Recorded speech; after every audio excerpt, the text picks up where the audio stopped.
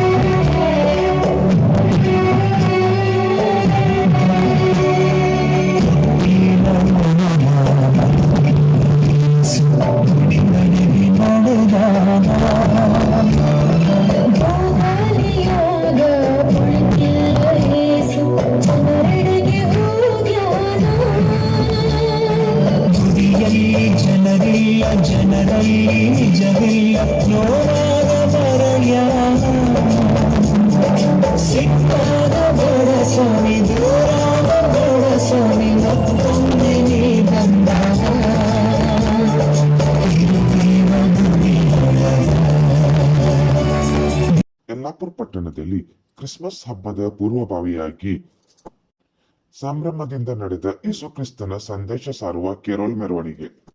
ಪಟ್ಟಣದಲ್ಲಿ ಕೆರೋಲ್ ಮೆರವಣಿಗೆ ಸಂಭ್ರಮದಿಂದ ನಡೆಯಿತು. ಪಟ್ಟಣದ ಹೋಲಿ ರೋಜರಿ ಚರ್ಚ್ನಲ್ಲಿ ಕ್ರಿಸ್ಮಸ್ ಹಬ್ಬದ ಪೂರ್ವಭಾವಿಯಾಗಿ ಕ್ರೈಸ್ತ ಸಮುದಾಯದವರ ಆರಾಧ್ಯ ದೈವ ಯೇಸುಕ್ರಿಸ್ತನ ಮಹಿಮೆ ಹಾಗೂ ಸಂದೇಶ ಸಾರುವ ಕೆರೋಲ್ ಮೆರವಣಿಗೆ ಸಂಭ್ರಮದಿಂದ ನಡೆಯಿತು.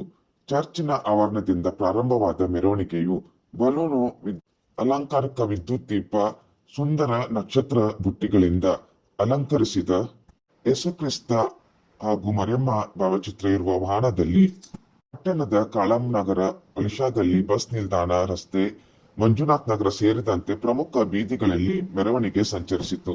ಕ್ರೈಸ್ತ ಬಾಂಧವರು ಯೇಸುಕ್ರಿಸ್ತನ ಬಾಲ್ಯ, ಮಹಿಮೆ ಹಾಗೂ ಸಂದೇಶ ಸಾರುವ ದೇವರ ನಾಮ ಹಾಡುತ್ತಾ ಸಾಗಿದ್ದರು ಹಾಗೂ ಸ್ತಬ್ಧ ಚಿತ್ರ, ಸಾಂತಾಕ್ಲೋಜ, ವಿವಿಧ ಛದ್ಮವೇಷ, ಮಕ್ಕಳ ಆಕರ್ಷಕ ನೃತ್ಯ ರೂಪ ಮೆರವಣಿಗೆಯ ಮೆರಗನ್ನು ಹೆಚ್ಚಿಸಿತ್ತು.